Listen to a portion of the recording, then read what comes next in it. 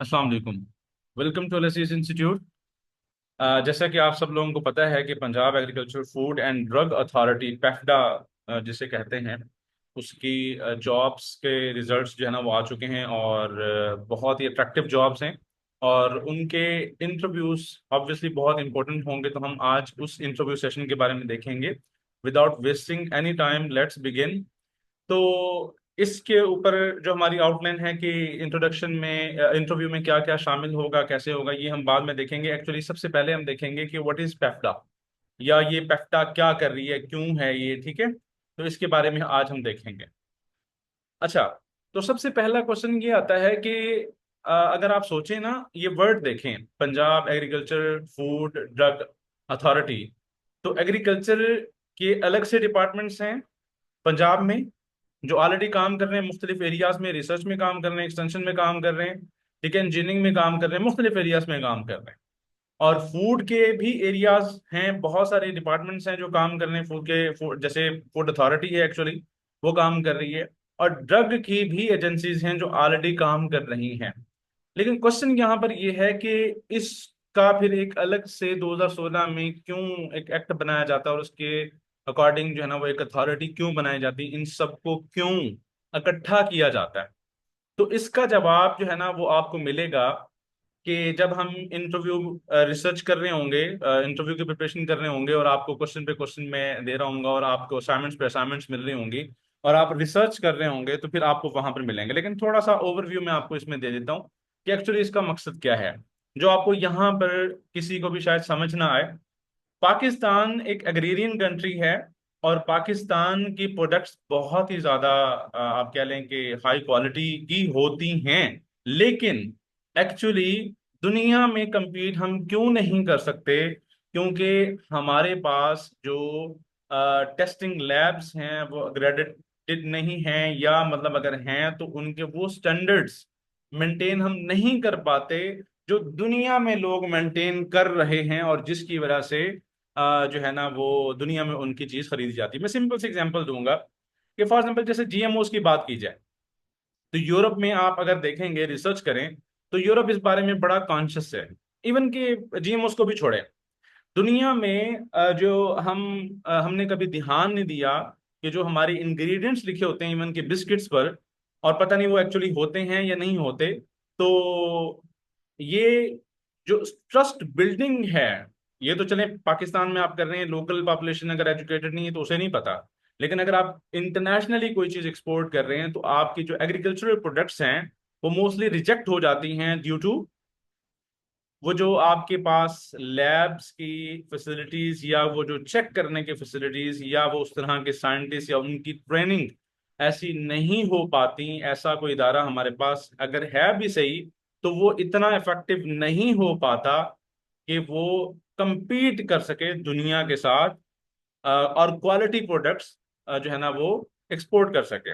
और इसी के साथ साथ दूसरा जो है ना, अगर आप एस्पेक्ट देखें, पाकिस्तान में न्यूट्रिशनल क्राइसिस का वर्ड आप सुनते होंगे, माल न्यूट्रिशन का वर्ड आप सुनते होंगे। और बड़े बड़े शहरों में अगर मैं आप सिंपल सी एग्जांपल दूं, जस्ट बाकी बातें छोड़ दें, सिंपल सी एग्जांपल, जो दूध, मिल्क, जो कि हमारे बच्चे पीते हैं, बड़े पीते हैं, चाय पीते हैं, पता नहीं किस किस प्रोडक्ट में इस्तेमाल होता है, वो आपको पता है कि उसमें क्या क्या चीजें इस्तेमाल हो रही हैं।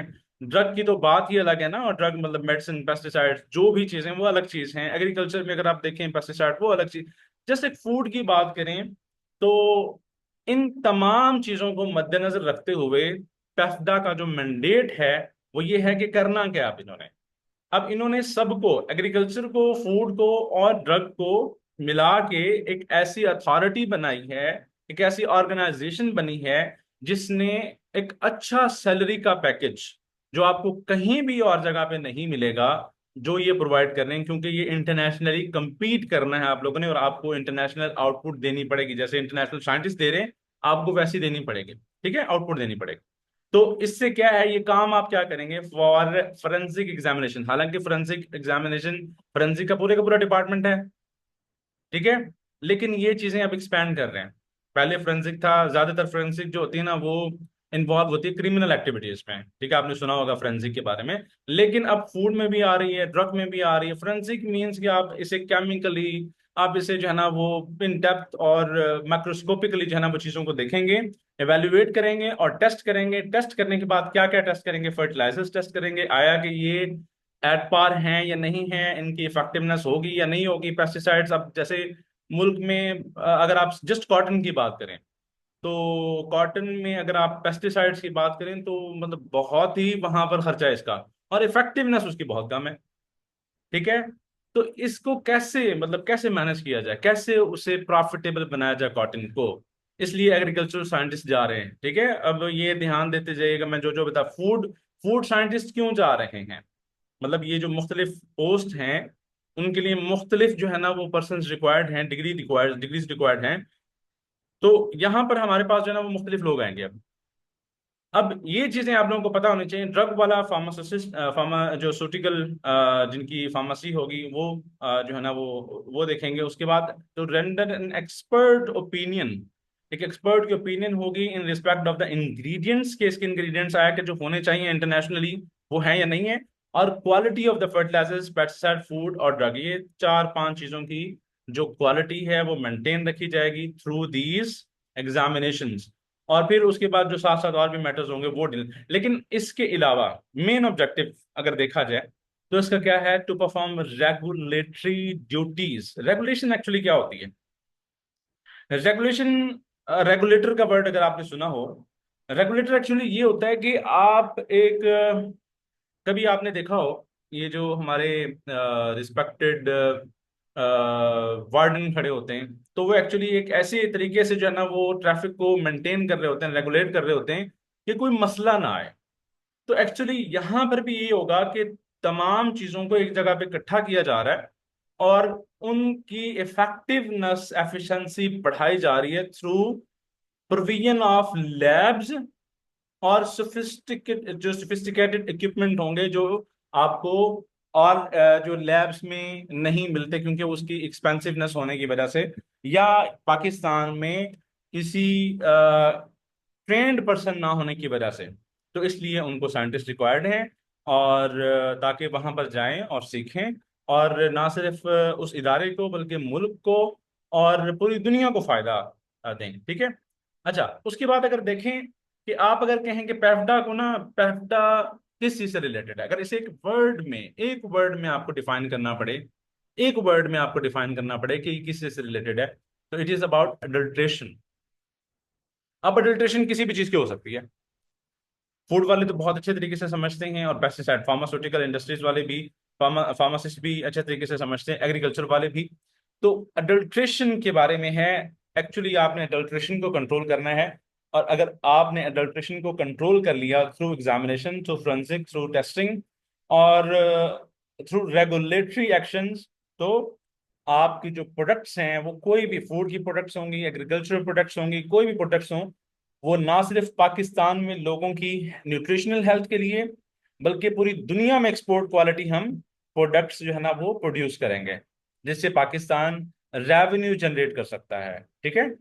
अच्छा, अच्छा, उसके बाद ना लैब्स की बात की जाती है। एक्चुअली ये लैब का काम है। ठीक है, जहां पर आप जाएंगे लैब वर्क है। तो इसमें कुछ there is real need to establish lab like PAFDA which shall also contribute in revenue generation, जैसे मैंने आपको बताया, for economy by enhancing exports of raw and process material. For example mango की बात करें हम। ठीक है, मैंगो आपने एक्सपोर्ट करने होते हैं, तो मैंगो हर बंदा पाकिस्तान में एक्सपोर्ट नहीं कर सकता। आपको पता है ना, जो हमारे प्रोग्रेसिव फार्मर्स हैं उनमें से बहुत ही चंद लोग कर सकते हैं। क्यों जी? क्योंकि वो वाले स्टैंडर्ड्स मेंटेन नहीं रख सकते, जो क्वालिटी के स्टैंडर्ड्स हैं, जो सैनिटेशन के स्टैंडर्ड्स हैं, जो हाइजीन के स्टैंडर्ड्स हैं, वो मेंटेन नहीं रख पाते। और अगर प्रोसेस फूड फूड की बात की जाए, तो हमारे पास आपको पता है कि जो प्रोसेस फूड, अब देखें हमारा कंपैरिजन यूरोपियन कंट्रीज के साथ या जापानीज या मतलब जो भी दुनिया के वर्ल्ड क्लास कंट्रीज हैं जिनकी बहुत ज्यादा रिसर्च है इस चीज के बारे में, अमेरिका के साथ, तो वो तो compete नहीं कर सकते ना। जब आप compete नहीं कर सकते तो मार्केट में आपकी प्रोडक्ट कैसे जाएगी? अच्छा, उसके बाद अब ये सारी चीजें मैंने आपको बताई, अब ये सारी चीजें बताने का मकसद क्या था?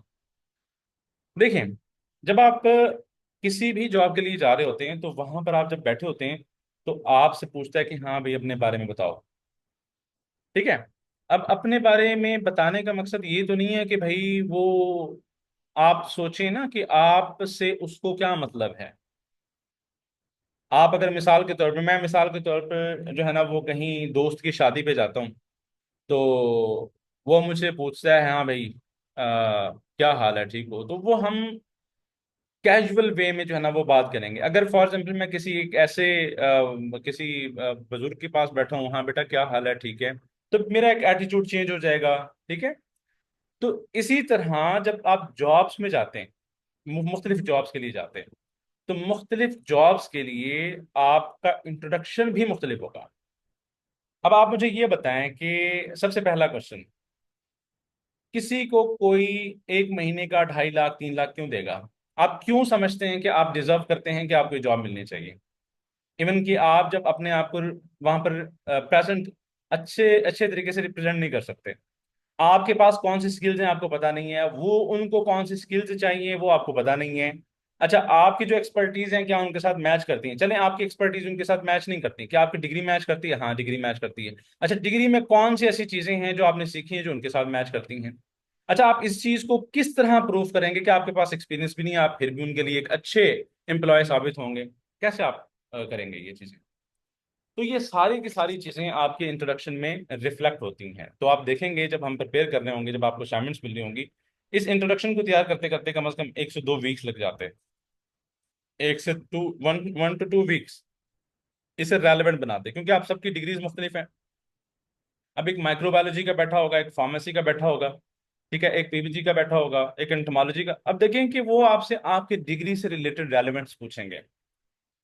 और रेलेवेंस किस चीज की पूछेंगे? ऑब्वियसली अगर एक एंटोमोलॉजिस्ट बैठा हुआ है तो उससे पेस्टिसाइड्स के बारे में पूछेंगे, इंसेक्ट्स के बारे में पूछेंगे, और इंसेक्ट्स की रेलेवेंस के बारे में पूछेंगे कि इस ऑर्गेनाइजेशन में हमने इंसेक्ट्स पकड़ के तो नहीं देखने, तो फिर यहाँ पर आपके क्या काम है?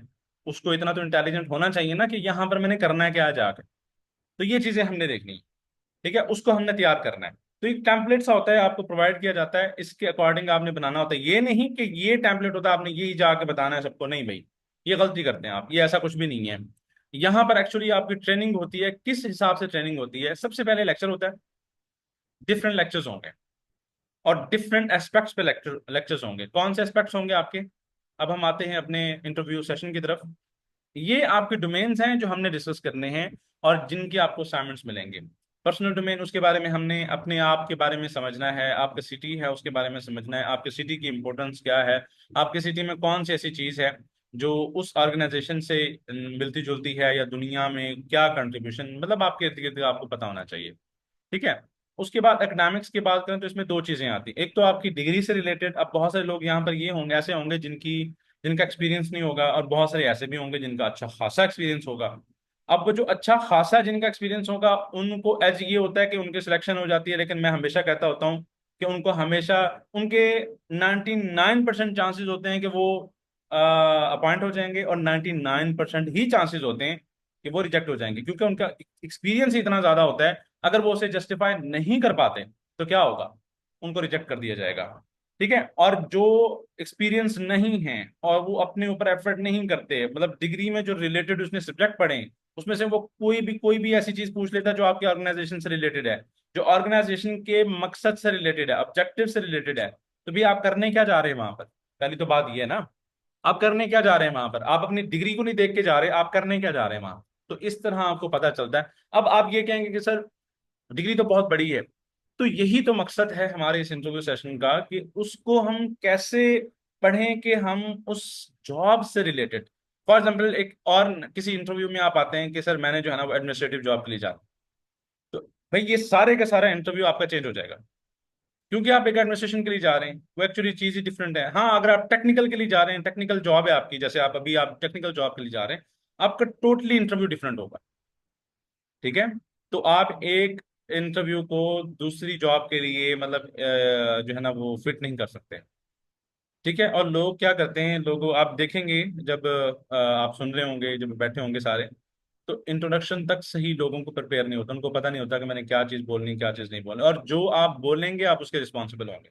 और क्या बोलना है क्या नहीं बोलना, आप जॉब के लिए जा रहे हैं, और आपको इस चीज़ का मेरे ख्याल में अच्छे से पता होना चाहिए कि you are going for responsibility जिस पर लोग डिपेंडेंट होंगे, जिस पर लोगों की हेल्थ, दुनिया की हेल्थ, लोगों की सेहत, लोगों की न्यूट्रिशन डिपेंड, सिर्फ आपके पैसे नहीं यहाँ पर इन्वॉल्व, आपकी तनख्वाह इन्वॉल्व नहीं है यहाँ पर, लोगों की हेल्थ इन्वॉल्व है, स्टेक्स इन्वॉल्व हैं, कंपनीज के स्टेक्स इन्वॉल्व हैं। अगर आप एक्सपर्ट नहीं हैं तो आप उस ऑर्गेनाइजेशन को नुकसान देंगे, आप मुल्क को नुकसान देंगे, आप लोगों को नुकसान देंगे। आप यहाँ पर जाके जस्ट सेल्फिश बन के आप ये नहीं कह सकते उनको कि हमें जस्ट जॉब चाहिए।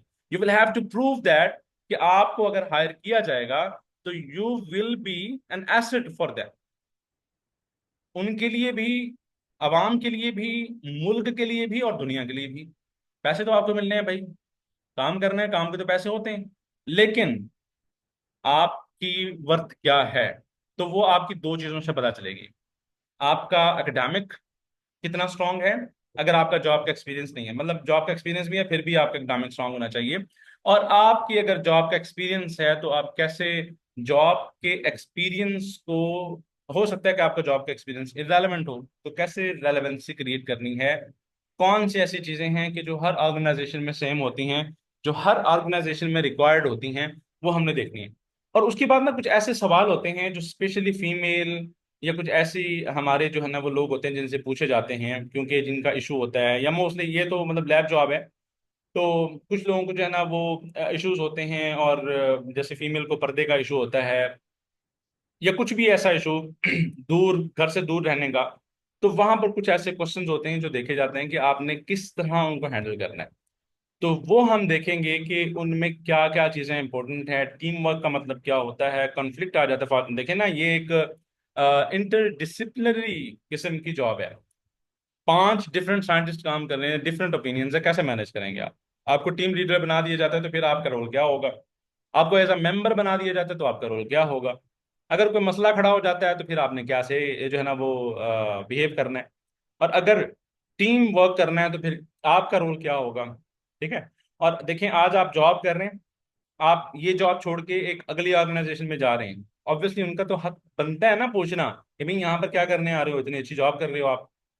बहुत सारे लोग ऐसे ऐसे जा रहे होंगे जिनकी बहुत ही अच्छी खासी जॉब्स होंगी और बहुत ही अच्छा कमा रहे होंगे, क्योंकि इस जॉब की सबसे बड़ी जो है ना वो आप कह सकते हैं बेनिफिट ये है कि इसकी तनख्वाह बहुत ज्यादा है, सैलरी इसकी बहुत ज्यादा है, एज कम्पेयर टू बाकी तमाम ऑर्गेनाइजेशंस के सैलरी इसकी बहुत ज्यादा है, क्योंकि ये इंटरनेशनल लेवल का एक ऑर्गेनाइजेशन है जिसको कम्पीट किया जा रहा है दुनिया के लिए, और इसकी बहुत ज्यादा जरूरत थी पाकिस्तान में।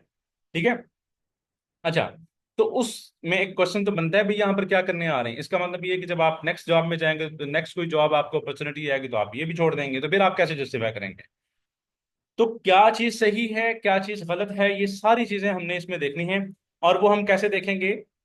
वो हमने देखना है, हमारा जो प्लान होगा वो हमारा इस तरह होगा। अब मैं आपको बताऊं कि हम, आपने एक्सपेक्ट क्या करना है सेशन में। लेक्चर्स होंगे, मतलब मैं बताऊंगा कि इंट्रोडक्शन कैसे लिखा जाता है, फिर आपको एक असाइनमेंट मिलेगी, असाइनमेंट नेक्स्ट असाइनमेंट होगी। उसके बाद मैं बताऊंगा कि आपने कैसे अपनी प्रोफाइल तैयार करनी है और प्रोफाइल में से आपकी कौन कौन सी चीज इंपॉर्टेंट है। अच्छा, आपकी डिग्री में डीएमसी में कौन कौन से ऐसे सब्जेक्ट्स हैं जिस जॉब से रिलेटेड है, उनको आपने अच्छे से पढ़ना है। ठीक है। जनरल नॉलेज आपके पास अगर हल्का फुल्का होना चाहिए तो कौन सा होना चाहिए।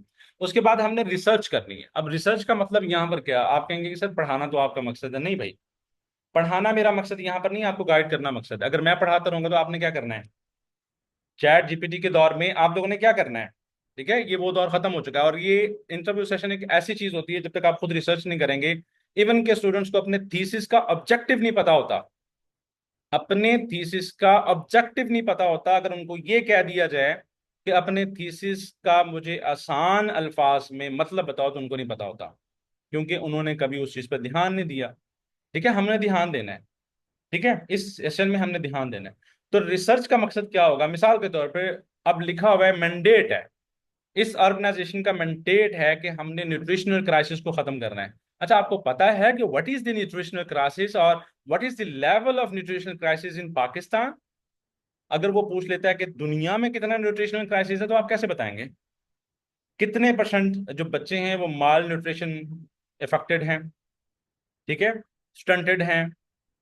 कौन सा ऐसा न्यूट्रिशन है जो सबसे इंपॉर्टेंट है? इसमें हमने रिसर्च करनी है, और हर बंदा अपने अपने फील्ड में रिसर्च करेगा। ठीक है। अच्छा, उसके बाद होते हैं शॉर्ट शॉर्ट मॉक्स, मतलब ये लेक्चर्स भी होते जाते हैं और शॉर्ट शॉर्ट मॉक्स भी होते हैं, मतलब कि जैसे इंट्रोडक्शन तैयार करवा लिया तो इंट्रोडक्शन भी हमने पढ़ लेना है कि इंट्रोडक्शन में क्या था जी, क्यों था जी, आपसे काउंटर क्वेश्चन, असल चीज जो है ना इसमें काउंटर क्वेश्चन होती है। काउंटर क्वेश्चन बहुत कम लोग हैंडल कर पाते हैं, नहीं हैंडल कर पाते, बहुत ज्यादा लोग नहीं हैंडल कर पाते हैं। ठीक है। और अपने बच्चों की तरह जवाब बदलते रहते हैं, उनमें कमिटमेंट नहीं होती, अपनी बात को जस्टिफाई करने का एक हौसला नहीं होता, क्योंकि वो उनका उनकी रिसर्च नहीं होती, नॉलेज नहीं होता, क्योंकि वो रिसर्च करके नहीं जाते। वो कहते हैं नहीं ये तो बड़ा आसान काम है, जाके बैठूंगा। वो कहेंगे नहीं, बंदा ही यही है, हायर मैंने इसे ही करना है, बाकी तो सारे फजूल बैठे हुए हैं। ऐसा कुछ नहीं है भैया, आपसे भी बहुत टैलेंटेड और बहुत एक्सपीरियंस बैठे होंगे। You will have to justify that you are the best for this organization, but you will have to do very much effort। बहुत ज्यादा आपको काम करना पड़ेगा, मेहनत करनी पड़ेगी, ठीक है, अपने ऊपर, अपने ऊपर। ठीक है। अच्छा, उसके बाद मॉक्स, शॉर्ट शॉर्ट मॉक्स, और फिर फीडबैक्स आपको दिए जाएंगे। मॉक होगा और फीडबैक दिए जाएंगे। आपने यहाँ पर क्या मिस्टेक किया, आपको आपका यहाँ पर क्या मतलब कि बिहेवियर कैसा होना चाहिए, आप किस तरह सिचुएशनल क्वेश्चंस को हैंडल कर रहे हैं, किस तरह करना चाहिए, आप काउंटर क्वेश्चंस को अच्छे से मैनेज कर पा रहे हैं या नहीं मैनेज कर पा रहे। आपको जो बेसिक्स बताई गई थी आपने उनको नहीं समझा। आप मुझसे ये पूछ रहे हैं कि सर अगर ये वाला सवाल पूछेगा तो मैंने इसका जवाब क्या देना है। भाई वो तो मेरा जवाब होगा, आपका तो जवाब ना हुआ। फॉर एग्जाम्पल, वो आपसे पूछ लेते हैं कि आप ये जॉब क्यों ज्वाइन करना चाह रहे हैं। आप ये मुझसे पूछ रहे हैं कि सर, मुझसे अगर पूछते हैं कि ये जॉब क्यों जॉब ज्वाइन करना चाहते हैं, भाई मेरी तो ऑब्जेक्टिव्स मुख्तलिफ है, मेरी लाइफ मुख्तलिफ है, मेरी हालात मुख्तलिफ है, मैं तो अपने हवाले से बताऊंगा। आपने तो ना बताया, आपको तो सोचना पड़ेगा ना भाई। आपको तो देखना पड़ेगा ना कि मैं जॉब ये क्यों ज्वाइन करना चाहता हूँ। आपके ऑब्जेक्टिव्स मुख्तलिफ हैं, आपके साथ जो बच्चा बैठा हुआ है, जो स्टूडेंट बैठा हुआ है, कैंडिडेट बैठा हुआ है, उसके ऑब्जेक्टिव्स मुख्तलिफ हैं। किसी को पैसे की जरूरत है, किसी को रिसर्च की जरूरत है, किसी को प्रेस्टीज की जरूरत है। हर बंदे की नीड मुख्तलिफ है। हर बंदा अपने हिसाब से देखेगा उसे, ठीक है। और फिर एट द एंड ग्रैंड मॉक्स होते हैं। ग्रैंड में मॉक्स मीन कि आपके फुल फ्लैच 20 मिनट आधे घंटे का पूरा इंटरव्यू होता है, और उसकी फिर आपको फीडबैक्स दिए जाते हैं। ठीक है। और इसी तरह हमारा ये कंप्लीट सेशन चलता है। उम्मीद करता हूँ कि आपको ये समझ आया होगा। तो आज के लिए इजाजत दें, मिलते हैं इंशाल्लाह नेक्स्ट क्लास में। Thank you so much. Allah Hafiz.